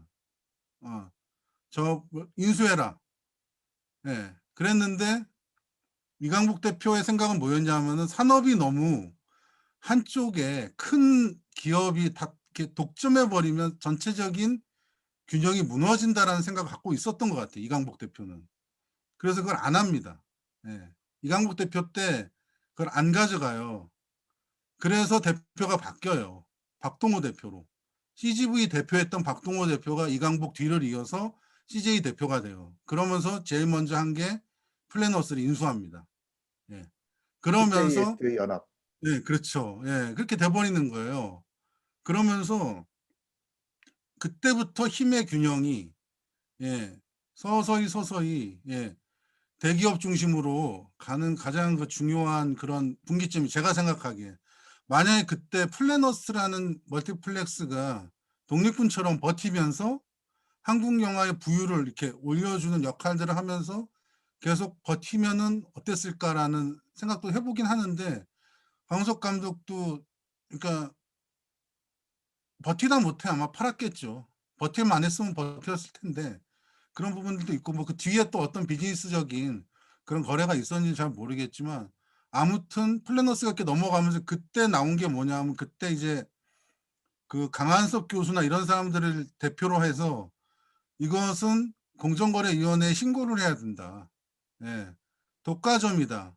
몇몇 기업이 전체 이렇게 되면은 플래너스를 가져가 버리면 CGV가 가져가 버리면 이것은 고발해야 되는 어떤 독과점의 상황이냐 아니냐에 대해서 굉장히 많은 시시비비가 그 당시에 이루어졌으니까 한국에서 독과점 논쟁의 첫 번째는 한 영화가 수많은 극장을 가져가는 독과점 논쟁이 아니고 첫 번째 독과점 논쟁은 멀티플렉스를 몇몇 기업에서 독점하는 상황. 이거에 대한 이게 공정거래법에 위반되느냐 안 되느냐에 대한 이런 부분이 사실 첫 번째 독과점 문제였고 그러면서 저는 그때가 무게 중심이 무너졌던 때가 아니었나. 2003년, 4년, 2003년, 4년 막 이때였어요. 이때가 예, 그때가 좀 아니었나. 극장에서 제일 먼저 무너지기 시작하지 않았나 이런 생각이 좀 들어요. 그때 예, 비슷한 시기에 음. 스라이더스의 차승재 대표 또한 사실 버티기 쉽지 않았던 게 그 시네마 서비스가 CJ의 그런 이제 어떤 유혹들, 인수합병에 대한 유혹들을 받는 동시에 사이더스는 이제 또 KT로부터 이제 그런 이제 인수합병 움직임이 계속 왔던 까닭에 사실 그 사이더스나 시네마 서비스가 당시에 거대 자본으로부터 어떤 유혹을 뿌리치기는 힘들었을 것 같아요. 그때 당시 분위기들을 보면. 왜냐하면은 이 대기업의 유혹을 그 이게 가장 큰 이유는 뭐냐면은 이 사람들은 영화 한 편 한 편 만들 때마다 스타트업을 하는 상황인 거예요. 그 당시에 강우석 같은 사람의 차승재도 영화 한 편 만드는 게 한 편 할 때마다 그 돈을 모으는 거잖아요. 한 40억이 필요하다 그러면 그게 뭐 펀딩에서 뭐 나오는 그런 경우들도 있지만 영화 프로젝트마다 중소기업 하나 세우는 식의 이제 스타트업을 하는 거예요. 사실은 이 메이저 대기업이 아닌 상황에서 영화를 만들 땐. 근데 대기업은 그게 아니잖아요. 1년 라인업을 쫙 해놓고 자본을 어느 정도, 그러니까 그쪽에서 뭐 실탄, 총알이라고 표현을 하죠. 그래서 뭐 몇십 개 이렇게 다 영화마다 해놓고 이거는 언제 개봉하고 이걸 다 계획을 세워놓고 가니까 정말 영화 만드는 게 너무 쉬운 거죠. 그러니까 강우석 감독 같은 경우가 맨날 그 당시에 시내21 하면 맨날 파워 1위를 하지만 사무실에 가서 얘기하면 맨날 돈 얘기만 해요, 이 사람이. 그런 상황인 거예요. 근데 그러니까 결국엔 다 대기업에게 넘어가고 그래서 시내21이 언제부턴가 파워 50인을 뽑질 않아요. 왜냐하면 무의미해지는 시점이 와요. 2010년 좀 넘어가선가 파워 50인을 뽑는 게 전혀 무의미한 거예요. 왜냐하면 그냥 다 대기업이 시대가 다 마음대로 하니까 이러니까. 안 예. 뽑게 되는 거죠. 예. 그 시점이 아니었나? 저는 그런 생각이 들어요. 근데 이게 좋은 건지 나쁜 건지 모르겠는데 하여튼 그런 식으로 기업 중심으로 이제 가게 되고 그러면서 이제 계속 그 대기업 중심으로만 갔으면 그래서 막 그때 그런 얘기도 있었습니다. 그냥 진짜 기자들끼리 우스갯소리로 설탕 팔던 CJ와 껌 팔던 롯데와 초코파이 팔던 오리온이 영화판을 장악하고 있다. 이 판의 이 셈법이 도대체 어떻게 될 것이냐. 정말 그 전에 90년대만 해도 대우, 삼성, 현대, 예, 그 당시 이제 LG, 뭐 벽산 SK. 이런 그룹들이 들어왔었거든요. 근데 21세기가 되면서 예, 그 설탕이나 껌이나 초코파이를 팔던 그룹들이 들어왔다. 이것이 이제 아마 큰 굉장히 큰 사건이었죠. 차이를 만들 것이다. 뭐 이런 얘기를 이제 기자들끼리 우스갯소리로 한 적도 있었는데 하여튼 그런 식으로 해서 2010년이 되기 전에 영화 산업은 다 대기업에 장악하게 되고, 그러면서 신의 21은 더 이상 이제 파워 51을 뽑지 않게 되는 거죠. 예. 저는 맞습니다. 이제 그 과정이었던 것 같습니다. 예. 지금까지는 너무 좀 큰 부분들은 많이 얘기를 했던 것 같고, 좀 약간 미시적인 부분으로 들어가서 예, 산업적인 몇 가지 이슈가 있었던 것 같아요. 우리나라에. 이제 어떻게 보면은 2000년대 한류라는 게 있었고, 2010년대 얘는 K무비라는 게 사실은 이제 뭐 어떻게 보면 둘 다 같은 걸 수도 있는데, 이게 좀 같아 보이면서 좀 다른 면들이 있거든요. 그래서 그 K무비의 이제 완성이 마치 기생충처럼 이야기가 되는, 2000년대 한류부터 시작해서 K무비 거쳐서 그 완성이 기생충처럼 하는 게 지금 이제 언론에서 만들어내는 패러다임인데, 2000년대 한류와 2010년대 K무비가 산업적으로 다른 부분이 있다면은 어떤 부분이라고 좀 생각이 되시는지. 네, 2000년대 말씀하신 대로 좀 저도 다른 것 같다라고 생각이 드는데 2000년도에 불었던 한류 분위기는 사실 특정 배우 몇몇이 어떤 어 아시아 지역에서 어떤 팬덤 현상을 발생시키면서 이제 한국 드라마를 중심으로 이제 영화나 이런 영상 콘텐츠에 좀 관심을 가지게 했던 게 2000 년대 초반에 불었던 성격인 것 같고, 그러다가 2010 년도에 들어서면서 약간 이 전 해외 시장에서 한국 콘텐츠를 바라보는 시각이 좀 많이 달라진 것 같아요. 그게 크게 달라진 것 같은데, 일단 첫 번째는 어 배우뿐만 아니라 그 뭐 배우도 있죠. 뭐 비나 뭐 이병헌이나 이런 헐리우드 도전을 했던 배우들이 있는데, 배우들뿐만 아니라 감독이나 그리고 기술 스태프들, 촬영 감독이나 시각 특수 효과나 아니면 뭐 분장 쪽이나 이런 기술 스태프들이 자신의 어떤 영역에서 인정을 받아 가지고 중국이나 그리고 미국 시장에서 좀 요구에 의해서 이제 진출하는 게 가장 큰 차이인 것 같아요. 그래서 이 기술 스태프나 감독들이 이제 해당 국가에 가 가지고 이제 성과를 내고, 이제 그 성과들이 하나씩 이제 다른 스태프들이나 감독들을 이제 줄줄이 비엔나처럼 이렇게 영향을 끼친 게 이제 2010 년도, 그때 이제 처음 진출했던 할리우드에 진출했던 감독이 박찬욱 감독이 스토커라는 영화로 미국에서 이제 할리우드 첫 영화를 찍었고, 비슷한 시기에 김지훈 감독의 라스트 스탠드로 이제 자신의 단짝인 김지훈 촬영 감독을 데리고 가서 이제 어 영화를 찍었잖아요. 그때 이후로 이제 정정훈 박찬욱 감독하고 스토커를 찍었던 정정훈 촬영 감독은 아예 미국에서 눌러앉게 됐고, 이런 식으로 약간 이제 해외 시장에서 나가 가지고 이제 해당 국가의 어떤 제작자나 프로듀서들에게 이제 한국 영화뿐만 아니라 한국 영화를 만드는 필름 메이커들도 충분히 이제 다른 시장에서 통한다라는 거를 알려주면서 지금까지 쭉 확장되다가 뭐 봉준호 감독이 옥자로 넷플릭스 오리지널을 만들고 요렇게 흘러가는 것 같아요.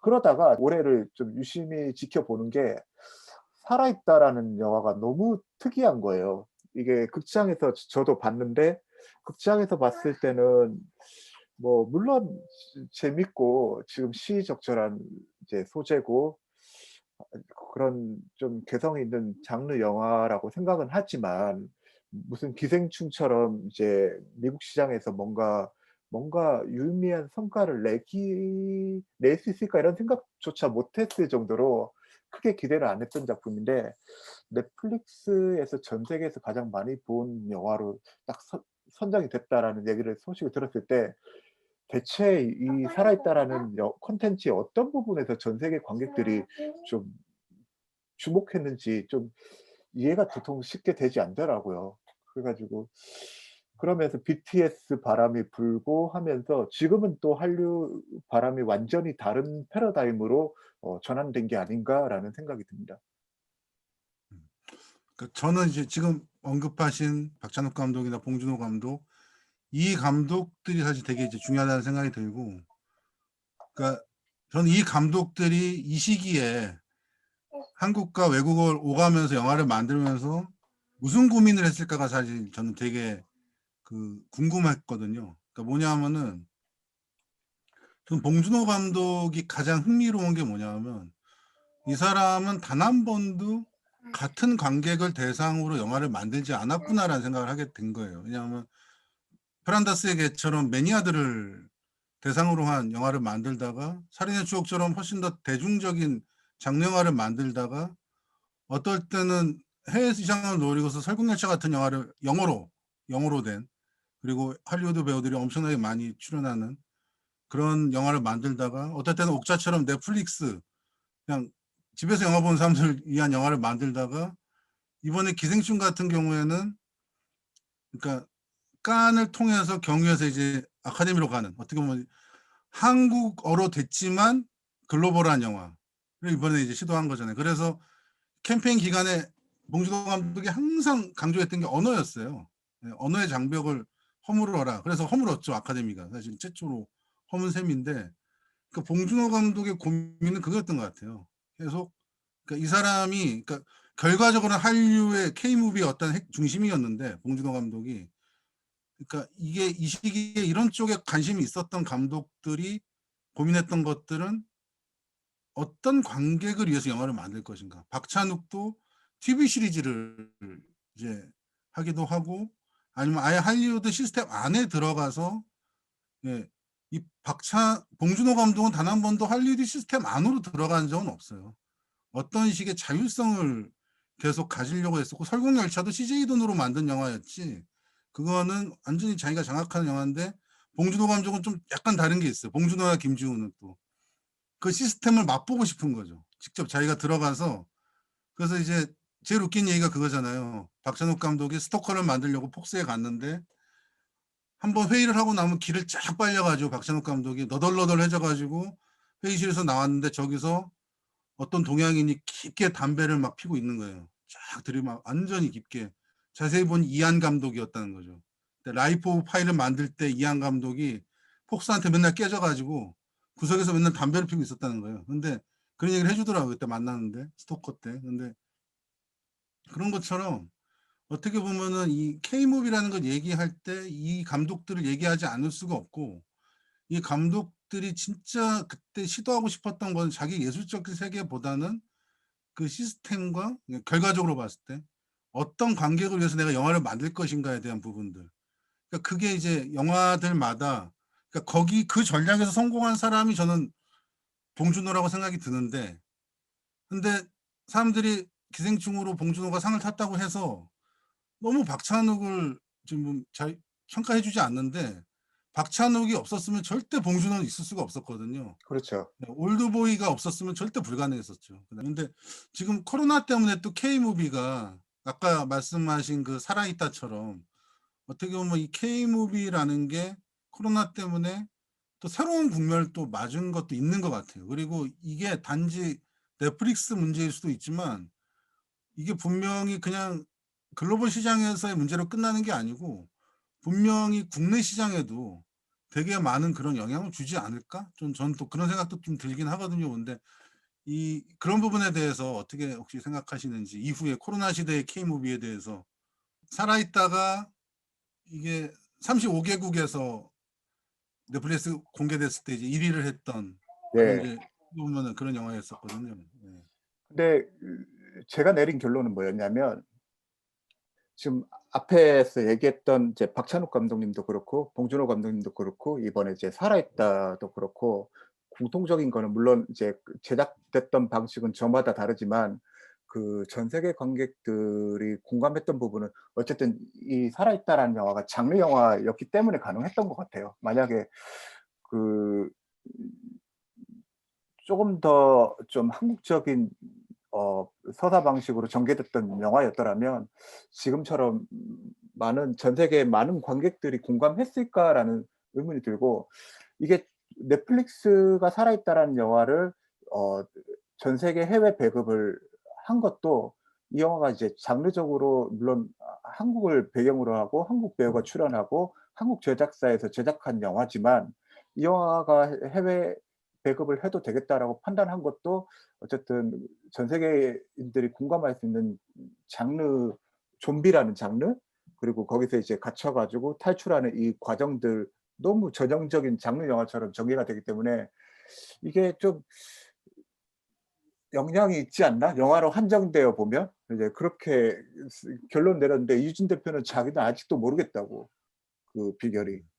그런 얘기를 하더라고요. 저는 이제 어떤 생각이 드냐 하면은, 그러니까 저는 최근에 그 넷플릭스를 통해서 공개된 그 보건교사 안은영 같은 케이스가 되게 좀 시사하는 바가 크지 않나라는 생각이 들거든요.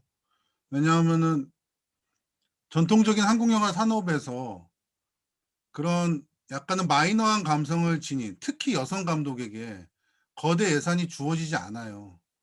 주어지더라도 굉장히 간섭이 심하거나 아예 주어지는 경우가 없어요. 근데 이경미 감독의 작품이잖아요. 근데 그런 감독들에게 넷플릭스는 굉장히 일할 때 매력적인 그런 파트너가 아닐까라는 생각이 들고, 그런 감독들이 분명히 있을 거예요. 뭐 예를 들면 뭐 매기를 만든 이옥섭이라든가, 아니면 지금 조제를 만든 김종관이라든가, 메이저 산업에서 받아들이기에 뭔가 좀 그랬던 감독들이 결국에는 이 넷플릭스나 이런 걸 통해서 글로벌 시장으로 직행하는, 어떻게 보면 그런 방식으로 이렇게 시장이 또 형성될 수도 있지 않을까라는, 그래서 정말 걷잡을 수 없는 그런 상황들이 펼쳐질 수도 있다라는 생각도 들더라고요. 그러니까 아는 형을 보면서 이 시장이 만약에 코로나가 계속 지속돼서 이 시장으로 해서 계속 이게 커진다면은 정말 예상치 못했던 그런 부분들이 한국 영화 산업에, 그 코로나와 글로벌 시장 이런 외부적 요인이 한국 영화 산업 전체를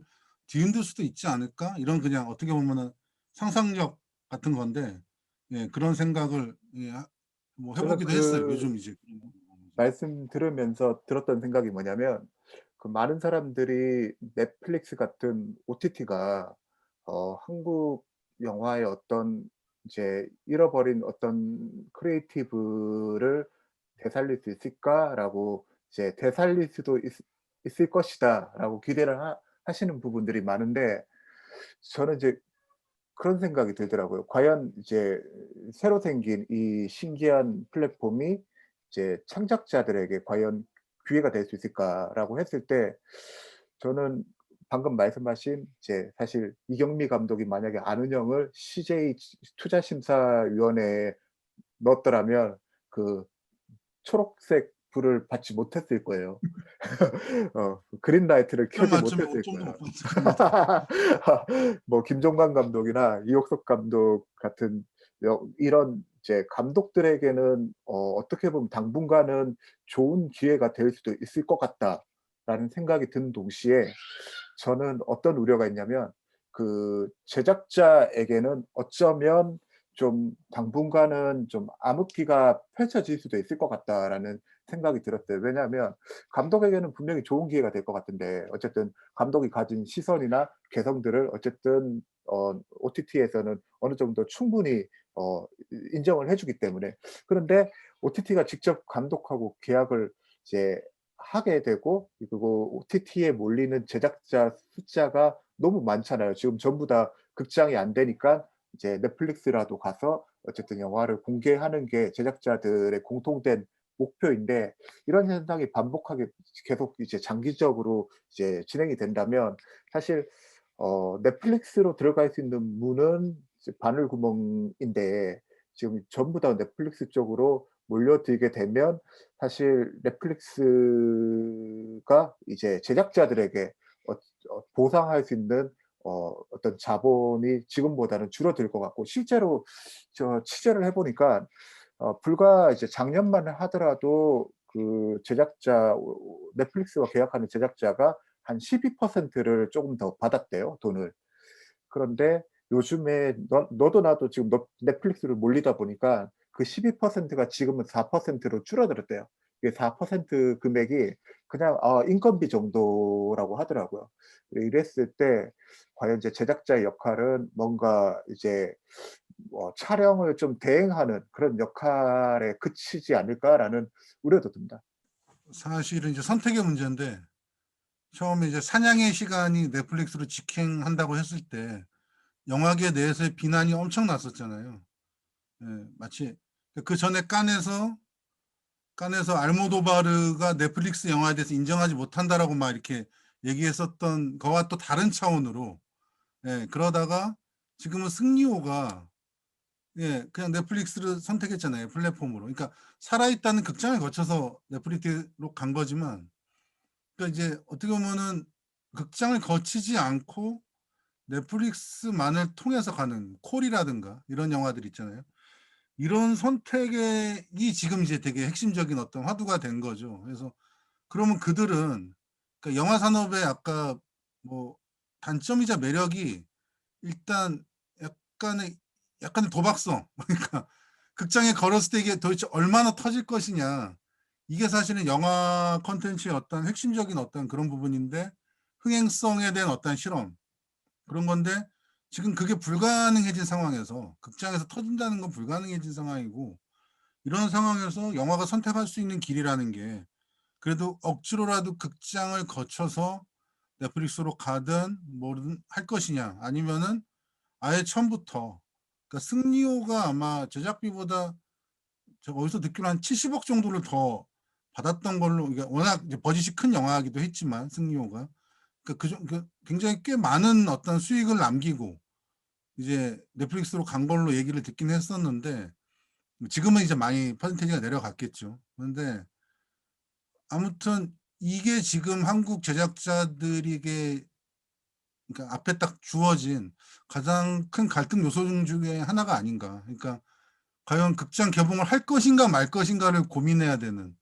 이런 상황이 돼버린 거죠. 그게 승리호 같은 이제 메이저 영화, 거대 예산 메이저 영화마저도 이제 그렇게 고민해야 되는 그런 사실 상황이, 예, 와버린 거죠. 이런 상황 아무도 예상하지 못했고, 근데 제 생각에는 여러 사례가 쌓이면은 조만간 정리되지 않을까, 그런 루트들이. 그래서 굉장히 흥미로운 거는 봉준호 감독이 거쳤던 루트, 깐을 거쳐서 북미 시장에 진출하여 극장과 호응을 얻어서 아카데미를 석권하고 더 와이드 릴리즈를 했던 이 전략이 이젠 올드한 게 돼버리고, 그 사람이 그 전에 했던 넷플릭스에서 옥자를 만들었던 전략이 훨씬 더, 예, 지금 관점에서는 더 맞는 전략이 돼버렸다는 거예요. 그러니까 이건 정말 봉준호는 넷플릭스로 영화를 만들고 한계를 느껴서 그 깐을 통해서 이렇게 가는 전략을 선택했던 건데, 지금 다시 뒤집어져 버린 그런 또 아이러니한 그런 상황이 돼버린 거죠.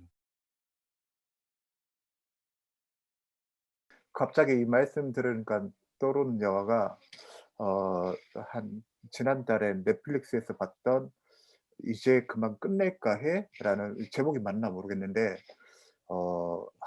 찰리 카우프만 영화 신작이에요. 근데 극장에서 개봉 안 하고 이제 넷플릭스에서 오리지널로 개봉했던 작품인데 어 되게 이게 극장에서 개봉했더라면 흥행에 분명히 망했을 것 같은 정말 뭐랄까 우리가 극장에 가서 보는 영화들 모든 영화 그런 건 아니지만 대체로 관객들에게 익숙한 서사 전개 방식, 그 장르적 규칙에 따라서 전개되는 이야기들이 되게 상업 영화 중에서 많잖아요. 근데 이 영화 보면서 이건 분명히 극장에 개봉하기 힘든 영화인 것 같은데 극장을 선택하지 않고 어쨌든 뭐 넷플릭스 오리지널로 제작된 거는 좀 되게 적절해 보인다.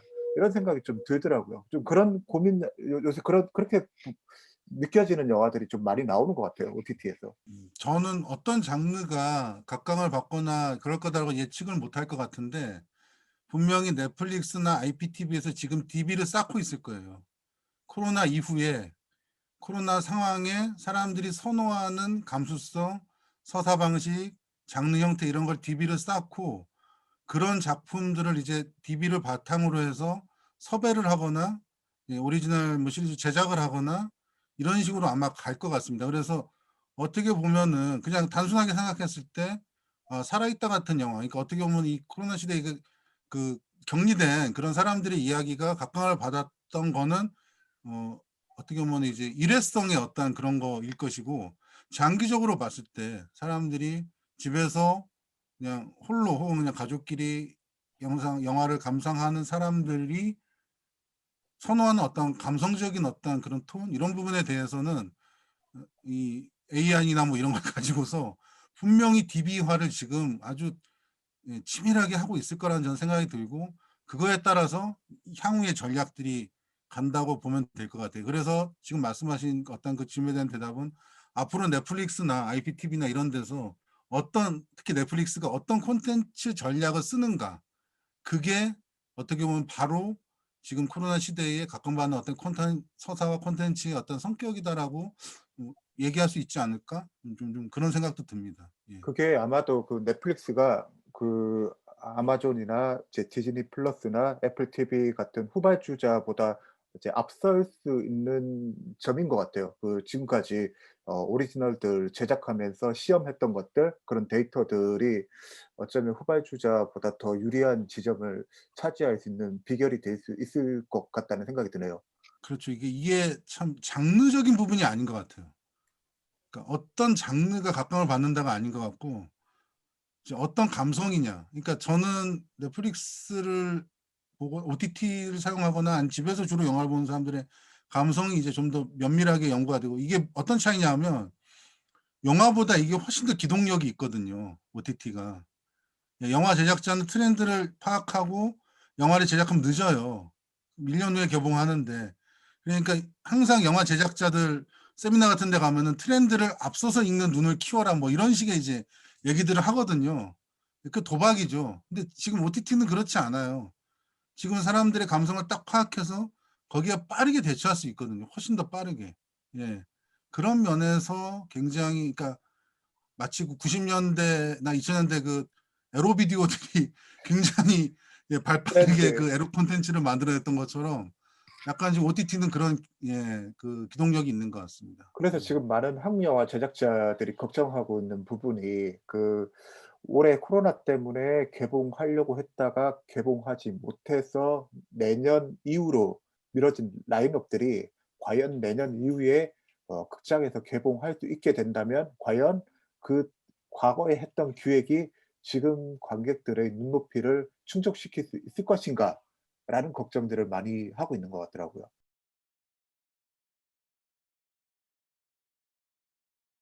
저는 사실 충분히 가능성이 있다고 봅니다. 예. 그리고 근데 이제 그게 둘 중에 하나겠죠. 넷플릭스 방식의 전략을 따라가느냐, 아니면 자기만의 어떤 그런 방식을, 그 매체만의 뭐 왓챠가 만약에 한다고 했을 때, 또 웨이브가 뭐 한다고 했을 때 자기만의 방식을 개발하고 고민해서 만들어내서 그걸로 대중들에게 인정을 받느냐, 아니면 넷플릭스를 그냥 따라가는 방식으로 가서 계속 그냥 이렇게 따라다니느냐.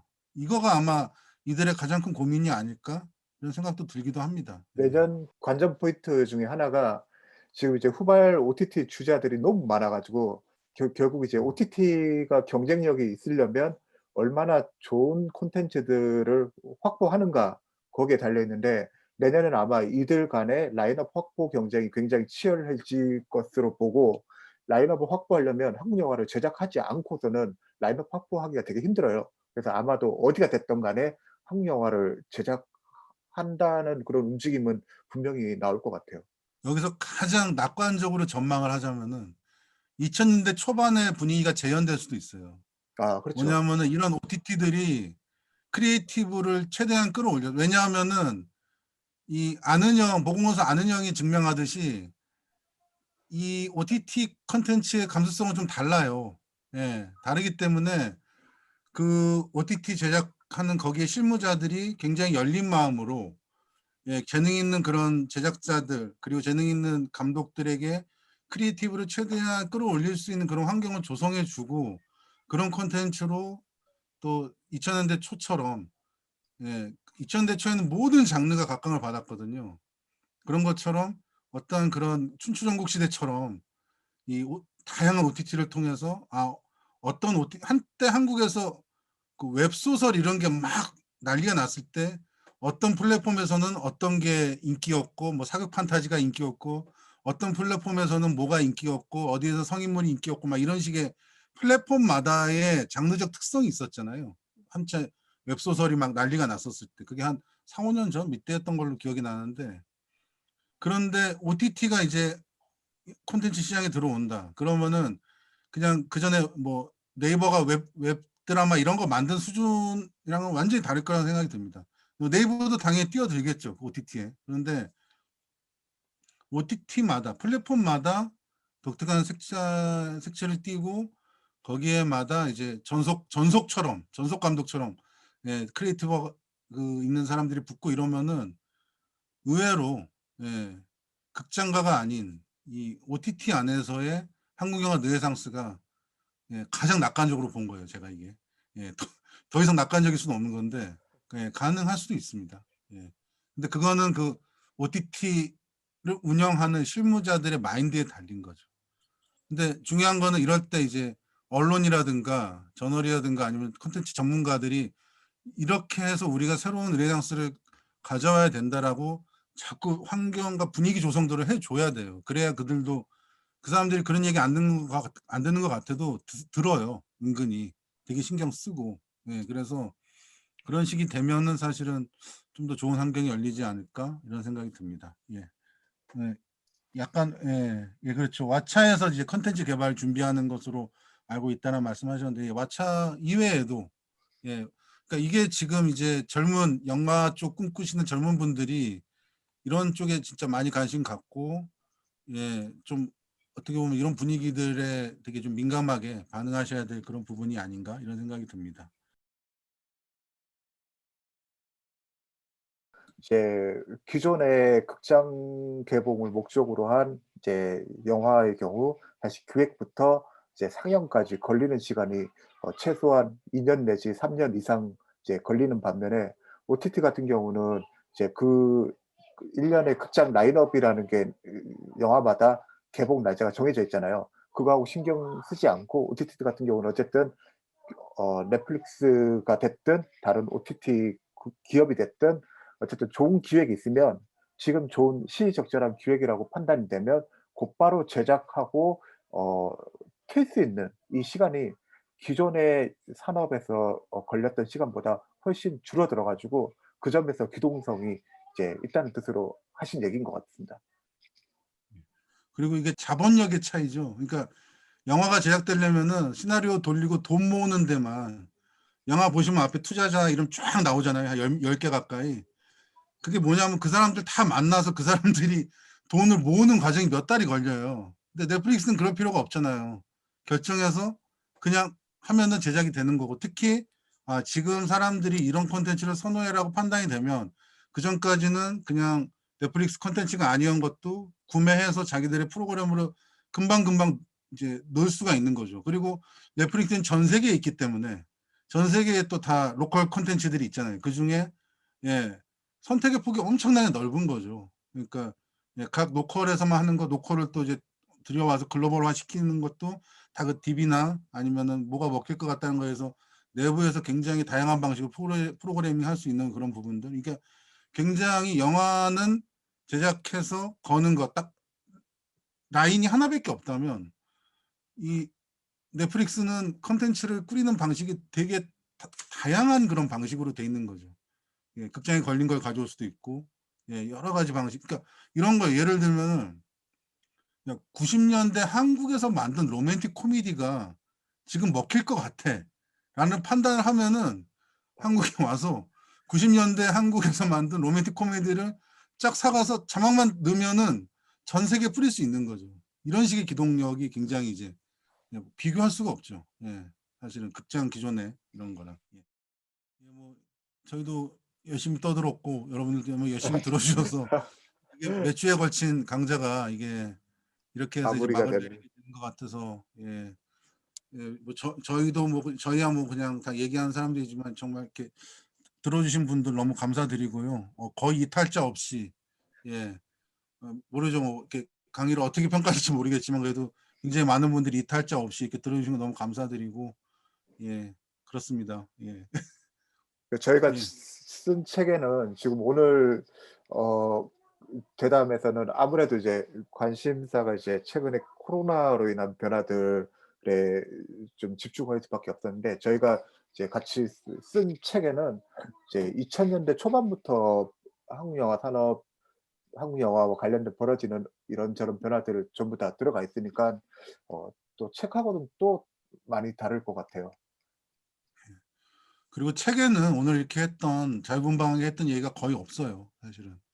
예, 오늘은 책 내용과 무관한 얘기를 훨씬 많이 했습니다. 왜냐하면 마감한 시점 이후에 너무 많은 변화가 있었기 때문에 예, 그거를 담을 수가 없어요. 마감을 몇 달 전에 했기 때문에. 그래서 오늘 했던 얘기는 마감 이후에 또 벌어졌던 그런 일들을 중심으로, 그리고 거기에 이제 저희가 그냥 뭐 상상력을 많이 결합해서 얘기를 드렸습니다. 예. 아유, 몇 주지? 7주였나요? 강좌가 7주? 실수. 예, 7주 동안 들어주셔서 예, 너무 감사합니다. 예, 수고 많으셨습니다. 예, 영화 많이 보세요. 감사합니다. 감사합니다.